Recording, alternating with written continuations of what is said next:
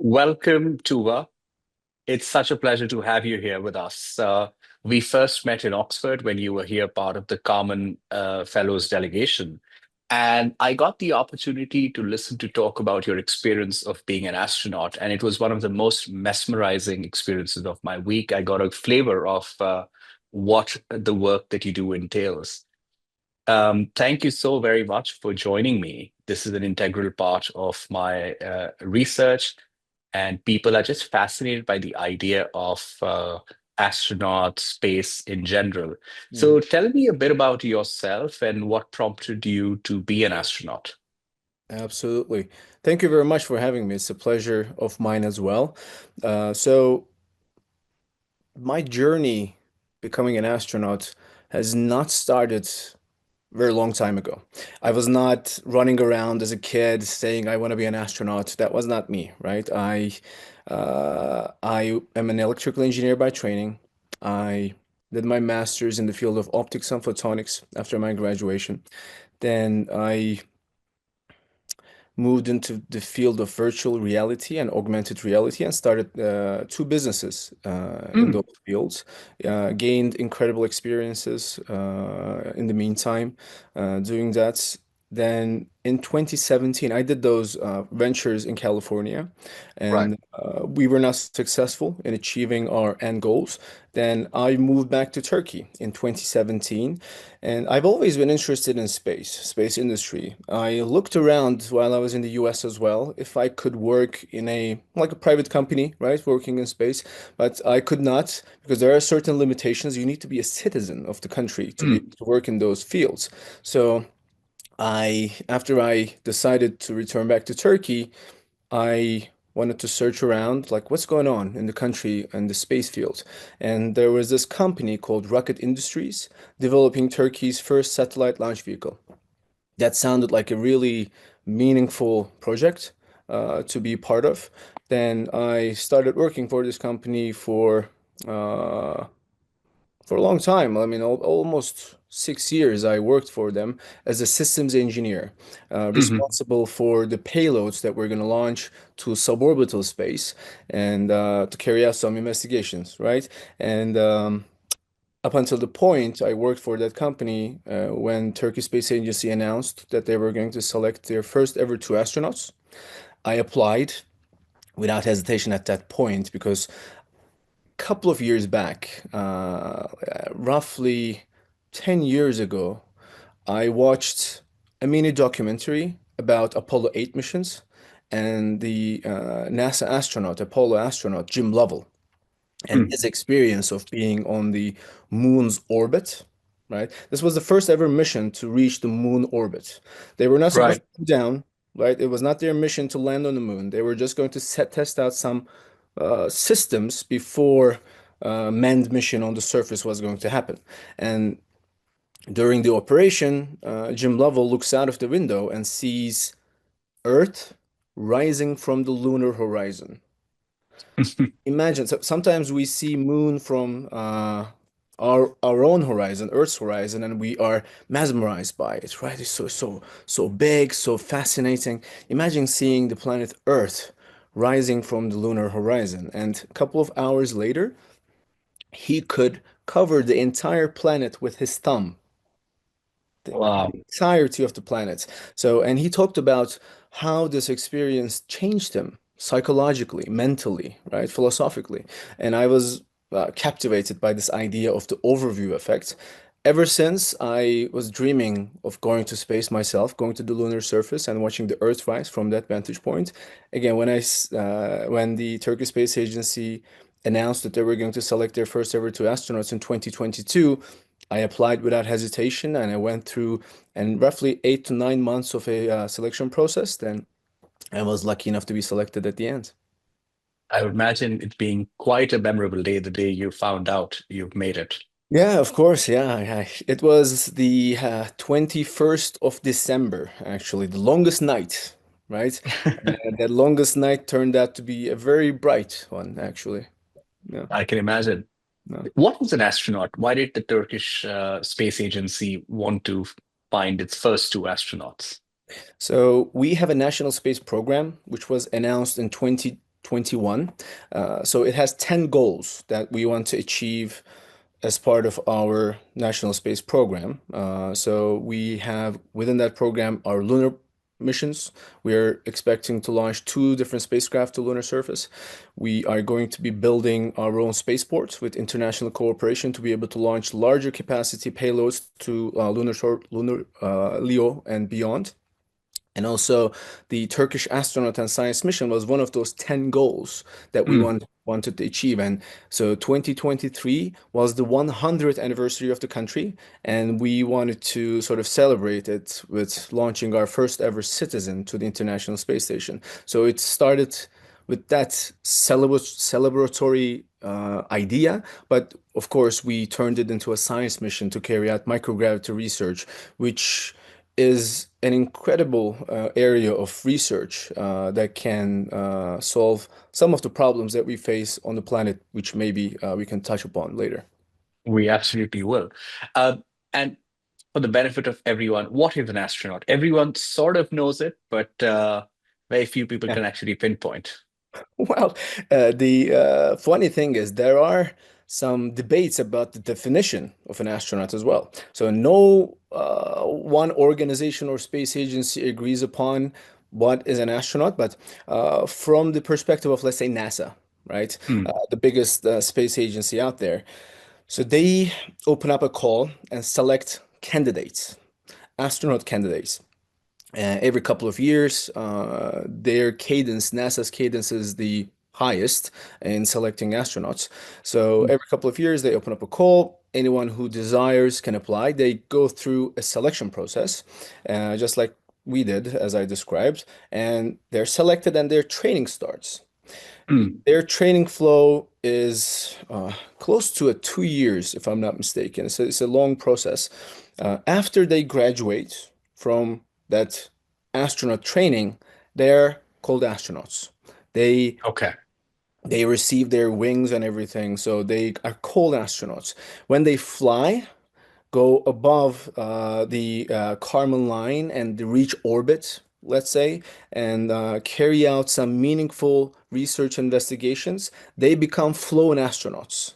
Their Okay. definition sort of shifts to as a flown astronaut because there are lots waiting their lines, if you will, to Mm. be able to fly, and they're also called astronauts from the perspective of NASA and European Space Agency as well.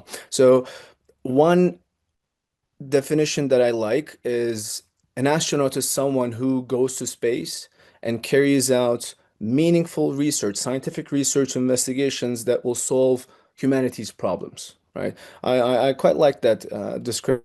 And there is this organization called Association of Space Explorers who are Mm. looking at maybe redefining what it means to be an astronaut. So Really? Yeah. So they have been working on a couple of different new definitions to include some of the new types of flyers as well, right? Because barriers are coming down in certain flight profiles, certain space flight activities, and hopefully they will be including those new types of flyers as well. And they have been working on a universally agreed upon definition. Are they going to be able to come up with it and have everybody accept it? We'll see. Mm. Yeah. Understand. And your journey, you get selected. What was the selection process like? You briefly gave us a timeline. Yeah, So if you could explain what those steps are and why is it designed the way it is? absolutely. So at first, there was an online application process, right? There were certain requirements, certain basic initial requirements. If you comply with them, you could apply. So there were requirements about your educational background, your work sort of experience. And Uh, what kind of requirements and what do they want typically?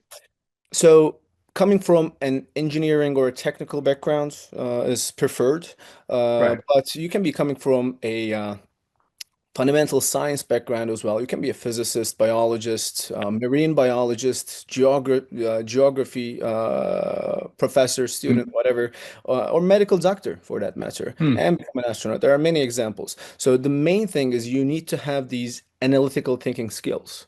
Mm. That is very important. You need to be able to understand complex systems and operate on them. So that is what is looked at the most.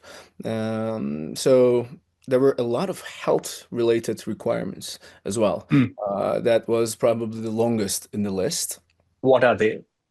So many. So they do not want you to have any chronic diseases, right? They don't want you to have any kind of major sort of surgeries in your background. What else? Height, weight, perhaps wingspan. I don't Yes. know. Yeah, Yeah. yeah, yeah, for sure, for sure. Yeah, you need to be able to physically fit inside the crewed vehicle, which is a very tiny and confined space, Right. and lots of requirements about your heart health. Heart health is very Right. important. Your cardiovascular health is one of the most important things that will keep you healthy and functioning in microgravity conditions. So they look after for that. Your lung capacity, right? Are you able to provide oxygen for the rest of your body properly. And about the isolated space issue, so there were a lot of psychological and psychiatrical Mm. requirements as well. During our selection process, we went through a lot of psychological and psychiatric tests to assess whether we will be able to operate in that isolated and confined environment with bunch of people coming from very different backgrounds. So they assessed that. Those were the initial requirements. And during the selection process, they essentially assessed whether we actually comply with those requirements or not. So 8 months of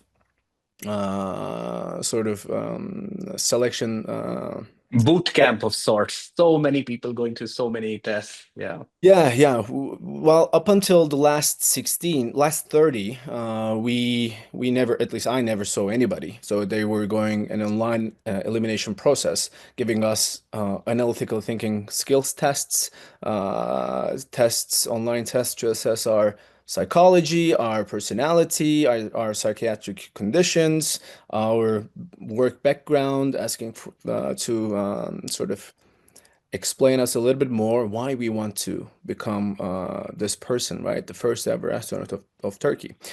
So up until the last 30, they were going through mostly online steps, online elimination steps.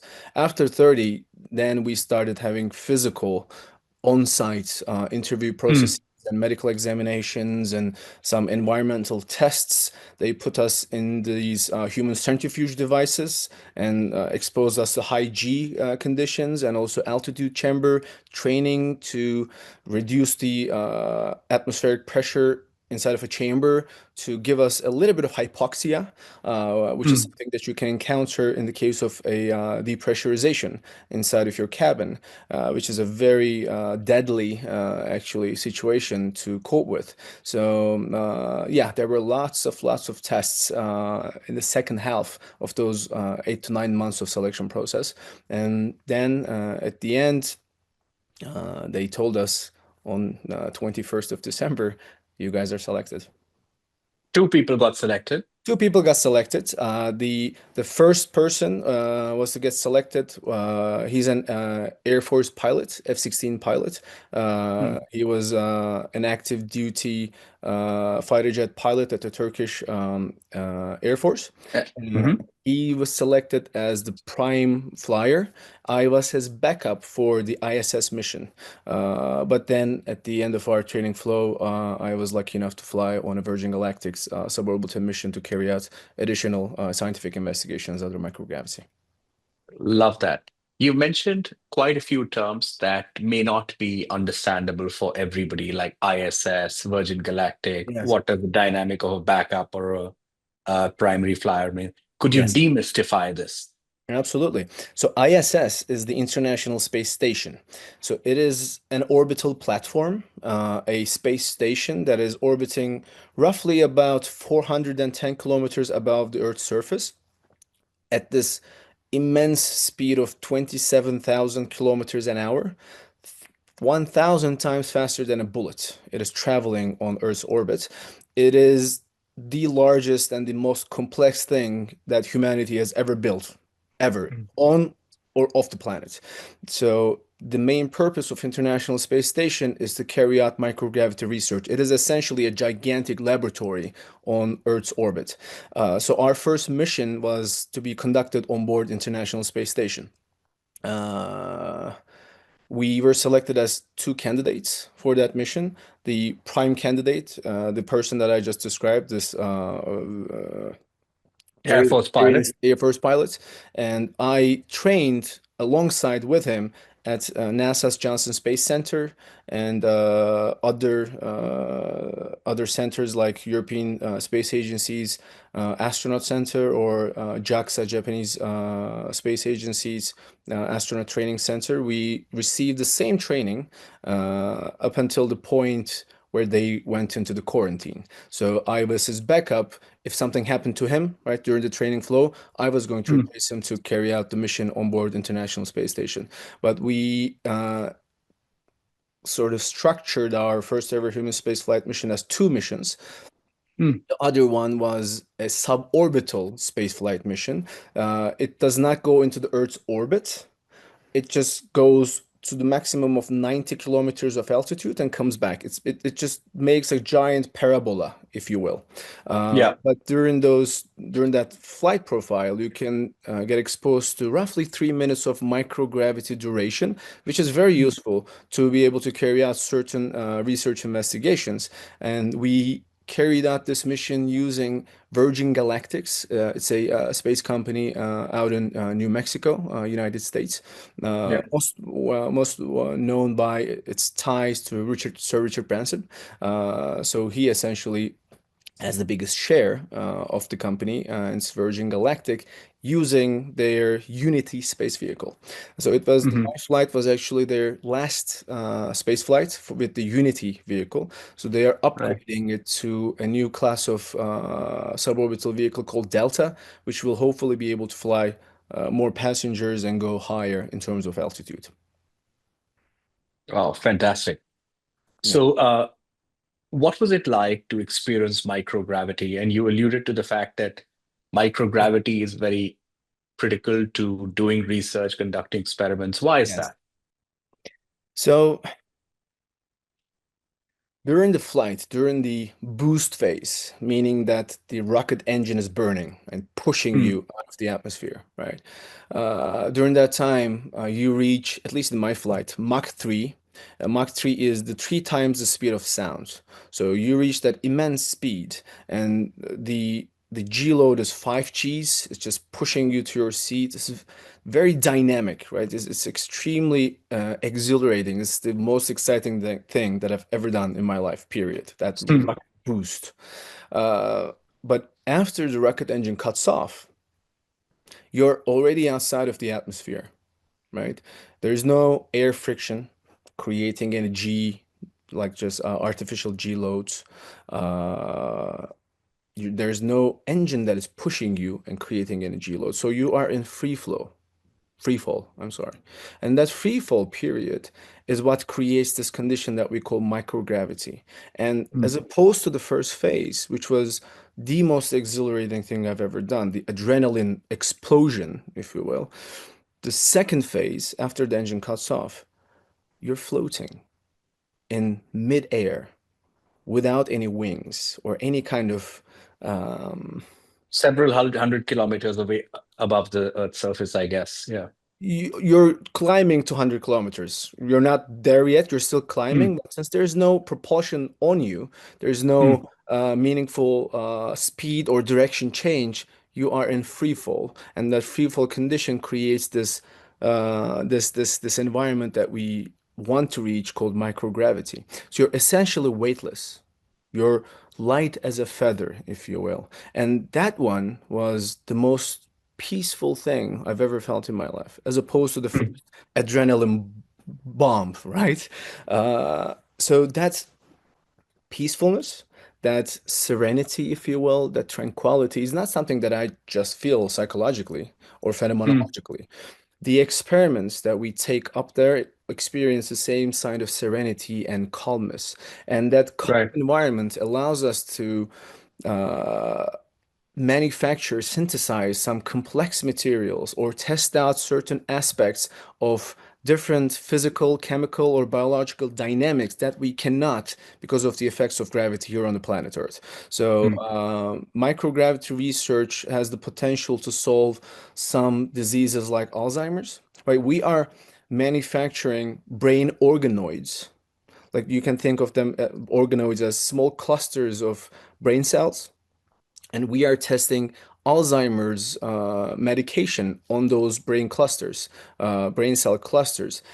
We use 3D bioprinters to print out those organoids, organoids on planet Earth as well. But since mhm, gravity sort of brings them down because of the sedimentation effect, we cannot grow those 3D cultures with greater height and greater complexity. But microgravity allows us to manufacture, 3D biomanufacture some organoids like brain organoids or cardiovascular organoids to test out certain drugs. People are testing anti-aging medication under microgravity mm, conditions on those different types of organoids.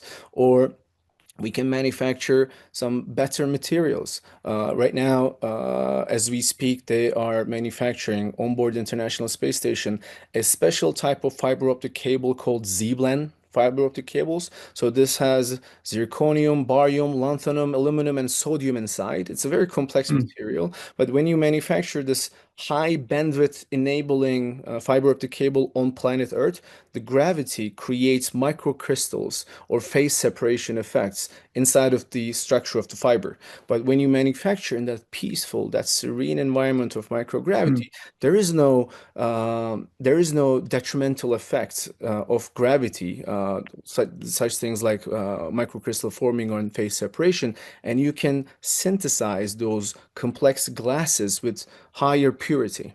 So another very active research area is growing protein crystals under microgravity mm, conditions. So crystals, we know for a fact right now, grow better under microgravity conditions. So when we grow better protein crystals, which are active ingredients of some of the vaccines, some of the medication that we're developing, mm. understanding the structure of that protein better allows us to develop more effective drugs, and also it allows us to improve the logistical processes of some of the drugs as well. So you will remember the BioNTech, the COVID vaccine. We had to store and sort of transport those medications under minus 70 degrees, right?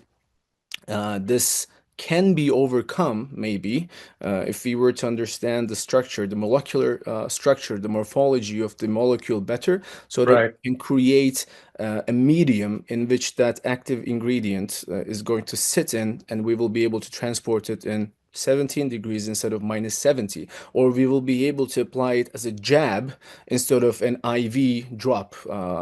There is the Merck, the pharmaceutical firm, who's after Keytruda, one of the cancer immunotherapy drugs. It's the largest selling drug on the planet. They crystallize its proteins under microgravity conditions to exactly understand this morphology so that they can improve Okay. the logistical processes of the medication, be it transportation or the delivery to the patient. So, from material science to biotech, from printing human organs to creating really complex and exotic glasses that we can utilize on myriad of applications, microgravity conditions help a lot improve our lives on the planet Earth, hopefully, if we continue going up. Let's see where that takes us. Two follow-up questions. Yes. The first is that can you run some of these experiments as a simulation, or do you really need to go to space?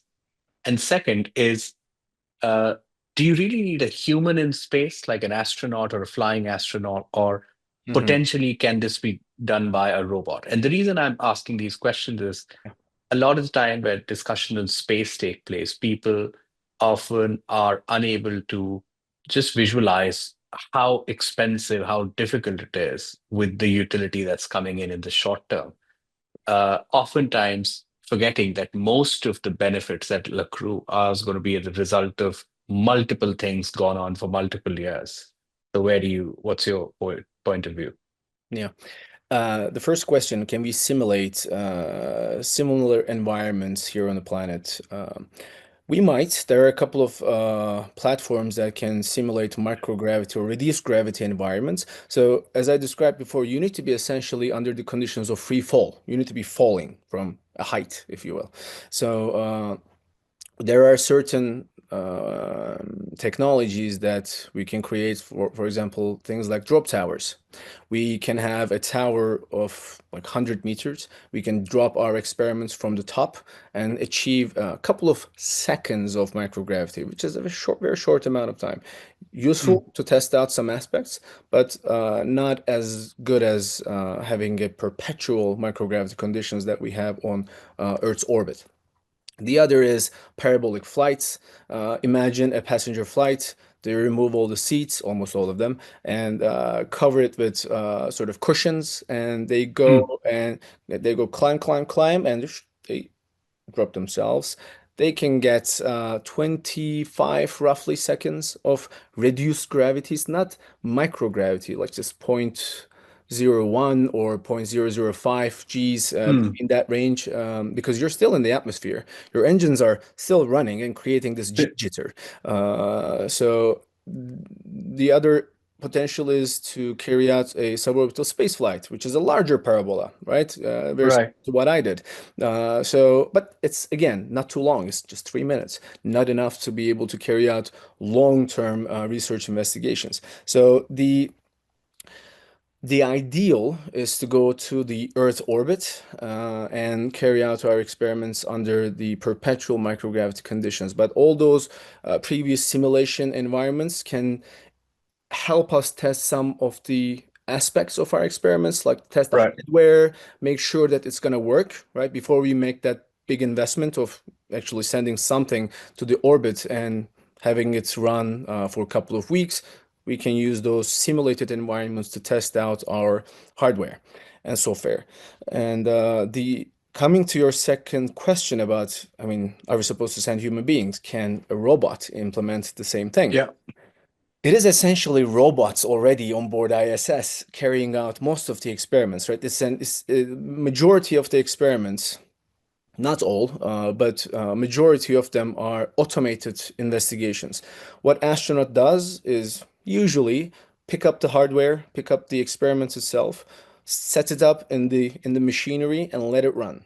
Of course, there are some wet lab duties that astronauts often carry out as well. Collect, for example, biospecimen from themselves, or do some infiltration procedures on certain plants to change their genes, or infiltrate certain supplements in them to make sure Mm, or see whether they're going to be able to grow properly under microgravity conditions or not. So there are some hands-on wet lab duties astronauts carry out often, but we already have a lot of robots carrying out a significant chunk of investigations that we execute on board the International Space Station. But this does not mean that we need to go full-blown robotic.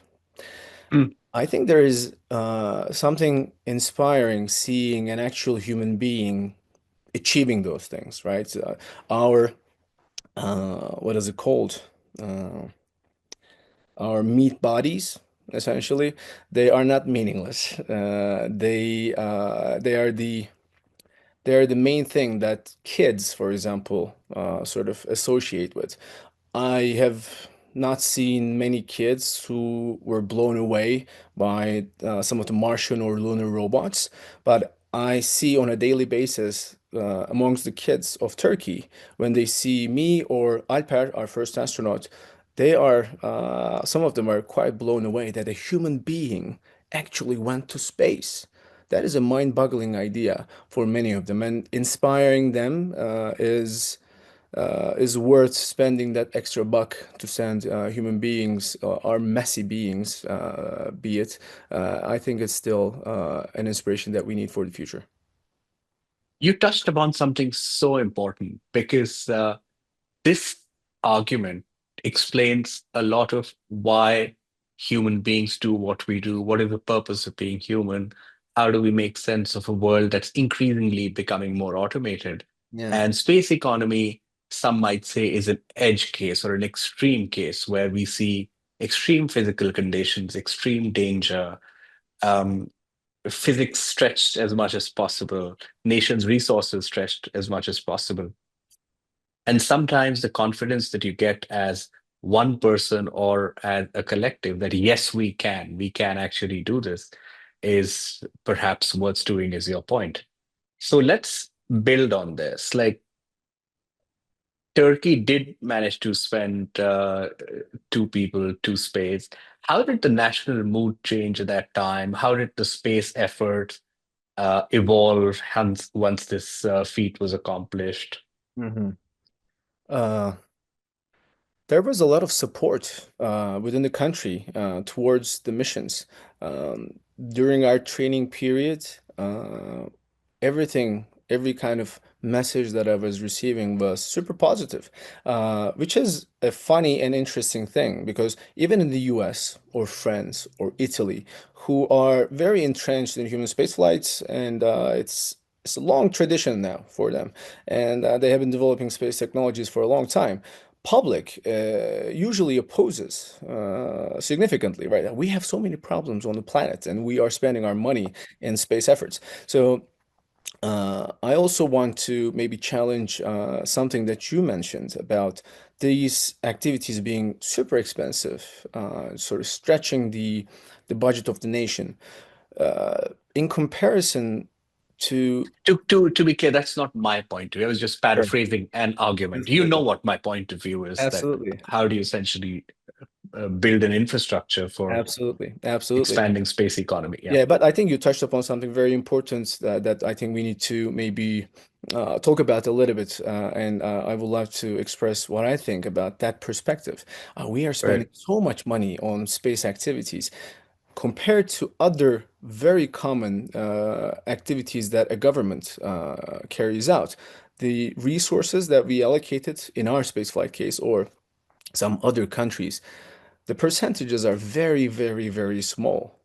Uh, people people of the planet, not people of individual countries, I think need to really, really realize that space activities, space endeavors, all the experiments that we're conducting on board the International Space Station or any kind of microgravity or deep space environment, those are investments to the future. Both from the perspective of survival, right? As human beings, we have to expand outside of this planet because we know for a fact that either 100, 1,000, 1,000,000, or 1 billion years from now, this planet is going to be no more, right? We need to expand across our solar system eventually, but also more practical and sort of shorter term gain is there will be a lot of financial sort of value created by all those activities that I mentioned. Imagine being able to solve organ needs, right? People are in need of organs all over the world, and they are suffering from serious ailments related with those needs of having some this properly functioning organs. Imagine being able to solve that. Imagine being able to create stem cell therapies that will rejuvenate the human cellular structure through some of the experiments that we might conduct under microgravity conditions. So these are going to create immense amounts of financial value for the countries and also the companies now, right? With the Mm. commercialization of space, immense amount of value is going to be bestowed upon the players of that how to say adventure, right? Yeah.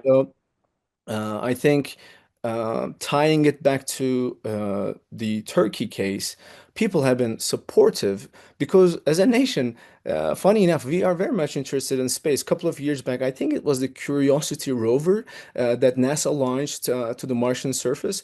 They opened up this public relations campaign. Just send your name. We're going to bring, just print out a boarding pass for you with your name on it. Mm. Maybe you remember. It was a couple of years back. Turkey was the second most names submitted in the world after United States.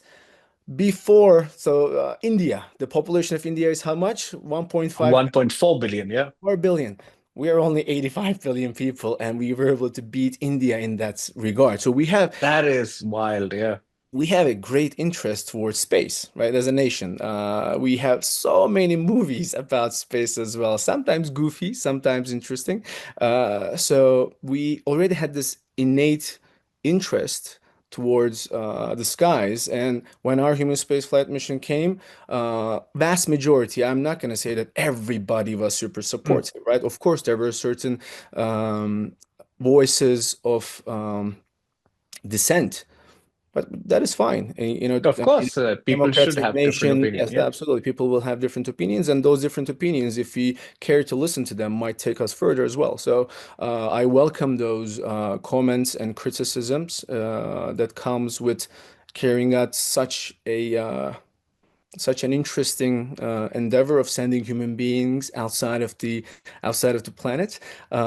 But if we were to approach this as an investment to the future that will Mm. benefit not just our community, not just the Turkish community, but the global community, I think we will be better off as the Earthlings. Right. And when you look at the global space economy, Yes. have you seen a shift from it largely being government-led, government financed, government created to now there being an interesting interplay of the public sector, the private sector, and civil society, right? Like Absolutely. people getting energized, movies getting made. These are all efforts, it seems to be about creating excitement, legitimacy towards that industry. Absolutely, without a question. I mean, we worked with three space agencies and three space companies to be able to Tell carry out tell our. us about it if it's not secretive. Yeah. No, no, no. So the space agencies that we worked with were essentially NASA, European Space Agency, and Japanese Space Agency. Uh, as opposed to three nation states that we interacted with and worked with and got some training at their facilities. We also worked with three different companies, right? So it was a 50-50 ratio of private Mm. and public partnership, if you will. And the private companies that I'm referring to are SpaceX, Axiom Space, and Virgin Galactic, to be able to carry out these two human space flight missions. So uh, I bet like 30 years ago, it would be 100% government relations, government ratio in terms of the public and private fraction. So definitely there's a shift towards the commercial space. There are multiple factors that enable that shift. Right now we see CubeSat form factors for that matter, right? Yeah. Right now, you can go purchase some commercial off-the-shelf parts from your local store or Amazon or Alibaba for that matter, and build a CubeSat and launch to space. High school students these days are able to launch their own satellites, and there are more space agencies, more venture capital going into space. The Yeah. main factor, I think, enabling this shift towards commercialization is the launch cost drop. So Yeah. there has been a significant drop in the launch cost, thanks to the reusable rocket technology as well. That has also shifted the paradigm significantly and opened up this new paradigm. I think Jeff Bezos describes it in a very proper way. He gives the example of the internet, right? For internet to be able to flourish, we already had the platform, the architecture underneath, enabling platform of personalized computers, right? The hardware was present, and Mm. internet boom uh, sort of occurred on top of it. Right now, what we're missing for space is that architecture, that platform, that those facilities needed to for space technologies to really explode, and that is launch services. Essentially, we need the easy and reliable and low cost access to space conditions for this economy to really explode. And Jeff Bezos himself is working on it, as you know, with Blue Origin, and also Elon Musk has been doing a significant job to actually enable that platform in which the next revolution of space technologies will take place. So when Yeah. that And cost reduction, as you mentioned, is a huge part of it. Imagine if you had to throw away an aircraft every time you flew. The yeah, cost of a ticket would be millions of dollars. I'm paraphrasing one of these entrepreneurs, but I think the concept of reusable rockets is very much. And uh, I know you're part of the government or you're a Turkish astronaut. I'm not going to ask you to comment on a specific government, but theoretically, is it fair to assume that government managed space programs played a really important role? But some of these aspects like costs, timelines, etc., were delayed a fair bit, which created conditions for the private sector to emerge and fulfill certain gaps. So, how do you see this dance of the public-private sector collaboration take shape? Yeah, dance is a good sort of metaphor. In a meaningful and enjoyable dance, you need to find balance, right? You need Mm, to be able to really find that right balance with your partner so that dance is going to create something meaningful and joyful and good. right. Right. So I think for the public-private divide between or workload partitioning, if you will, we need that balance. Some activities we can now confidently shift to private sector, right, without thinking about it. But what enabled for private companies, private sector to be able to take on those tasks, those now commercializable tasks, Right. is because public invested heavily on them on their first phases when the technology readiness level of those initiatives were Yeah. low. We needed government's backing, taking that high risk, being able to sort of absorb that high risk, both financially and also technically and socially as well. Yeah.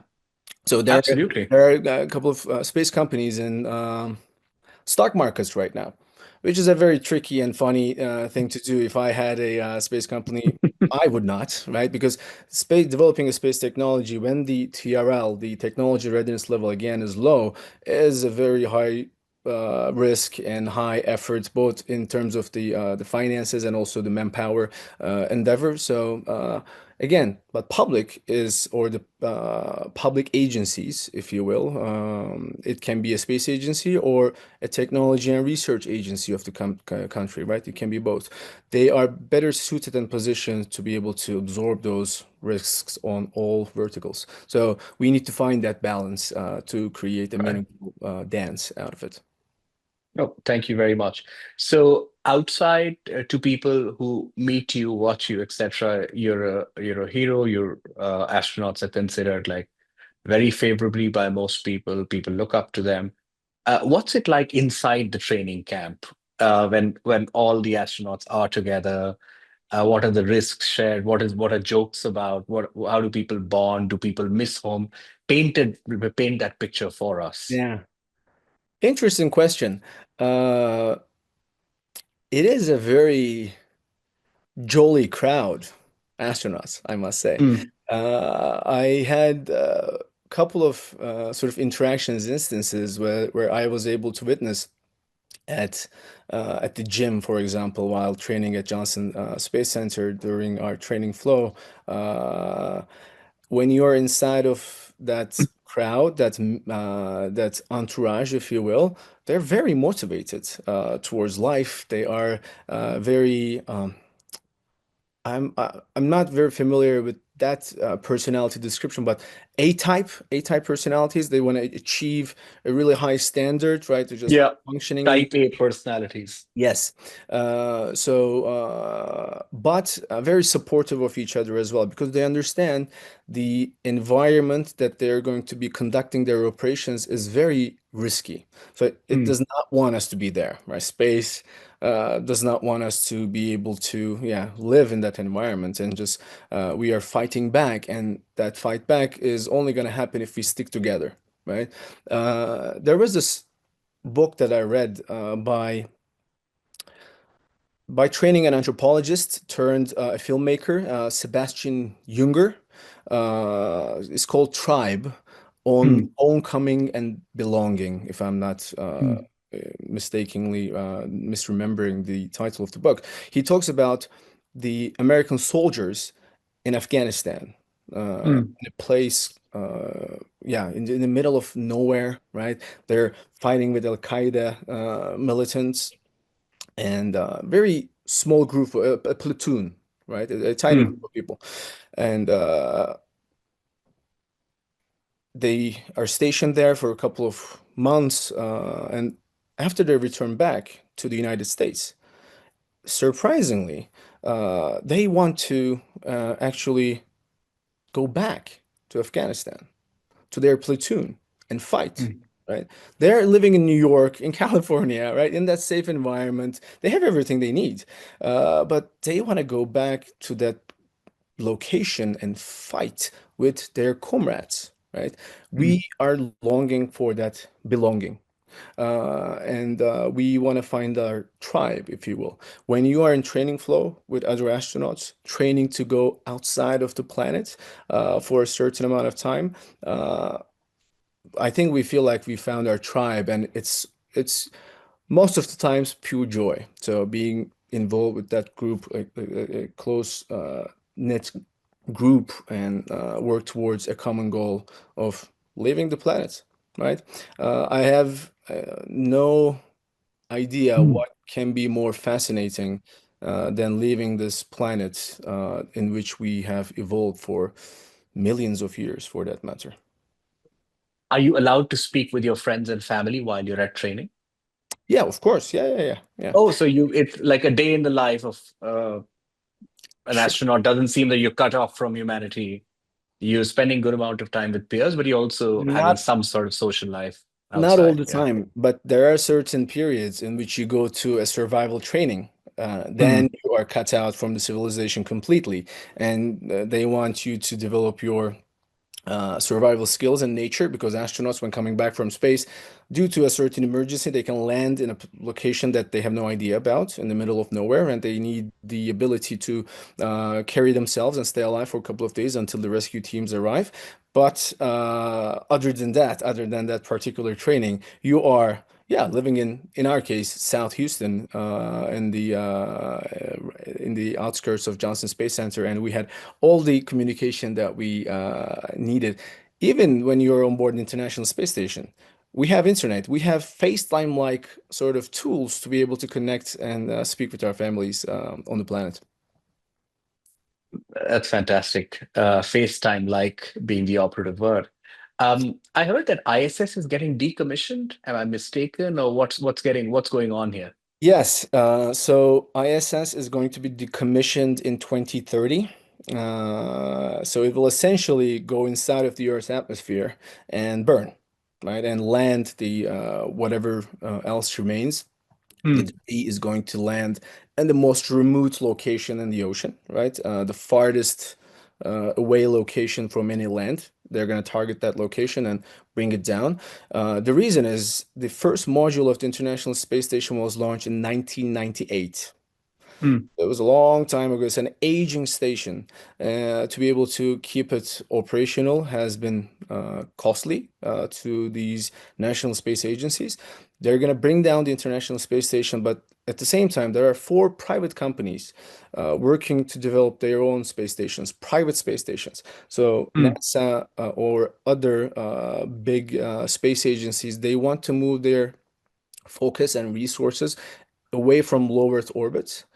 They want to commercialize it. They want the commercial companies to take over and operate in that environment and shift their focus and, again, resources towards deep space missions like Moon and Mars.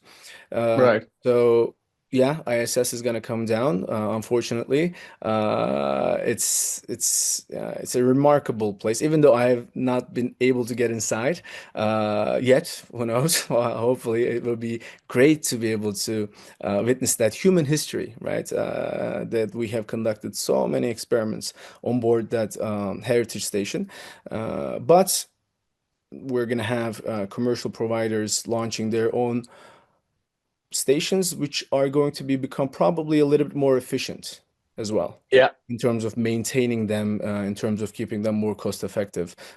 So even though And hopefully people get to go more often, cost control, hopefully, timelines. hopefully, yeah, the private companies are going to be incentivized to launch as many as possible, right? So you you might expect for launch cadence to go up, but it's all dependent on launch technologies achieving the technological maturity that we have been aiming for. That is also that is all going to be somewhat dependent on some of the largest launch providers achieving their bigger projects. Yeah. And as you started this discussion with, essentially it is a complex system with so many interconnected, unrelated, Yes. high-risk parts. That's And why we perhaps that that's why we joke about, oh, it's rocket science or it's not rocket science, right? So that's absolutely where it's it comes part from. of the entire cultural zeitgeist. How's Yep. your life evolved or changed after the first space adventure? What's next for you? How does this role evolve? Yeah. Well, since my mission, I have been traveling inside the country, giving seminars to people from all ages, right? From 4, 5, 6 years old up till And you're employed by the government, right? Your employer is the Turkish government. Is that correct? that's correct. Yes, that's Okay. correct. So I am just traveling, giving seminars to kids and engaging with their curious questions, right? Try to convey the message of why we did this, why we implemented a Turkish astronaut and science mission, right? We didn't just launch people, we launched experiments along with those two people. And what are the benefits? Again, trying to get to the point where people will think that, okay, this was an investment, right? We have to invest more in space technologies so that we're going to be able to reap from the benefits as well. So what is next? I really want us to continue our microgravity research program. I do not expect us to launch humans every single year to space, right? We don't need to. We don't need to be sending astronauts every single year, but we need to be sending experiments every single year Yeah. to build upon the experience that we gained with those initial 20 experiments that we conducted as part of those two flights. So my hope, my desire is to be involved with those microgravity research efforts.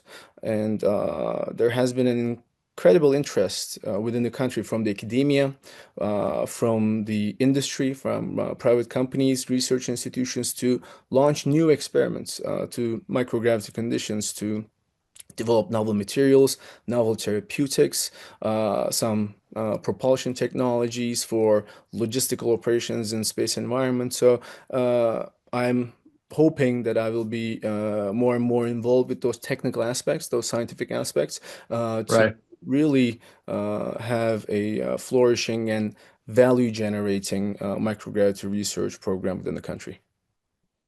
Fascinating. Tuba, you've done phenomenal work in your life as an engineer, as an astronaut, and now as an astronaut as well as an educator. It would be my privilege to do a follow-up podcast as well, because in 1 hour we've covered quite a large ground. But I think people would really want to know the changes that the mind, body, family go through. So if you have time, we'd love to have you. But if we don't, that we completely understand. This is a true delight. It's going to be super helpful for my dissertation and for everybody listening. Absolutely. Let's try it. Let's try to find a common time to continue more. Again, these topics are involved, intricate. There are so many wrinkles to them, right? So uncovering them, flattening them in an hour is almost an impossibility. So again, just like meaningful dances, meaningful conversations also require maybe longer time. So I would be more than happy to continue the conversation. Thank you so very much.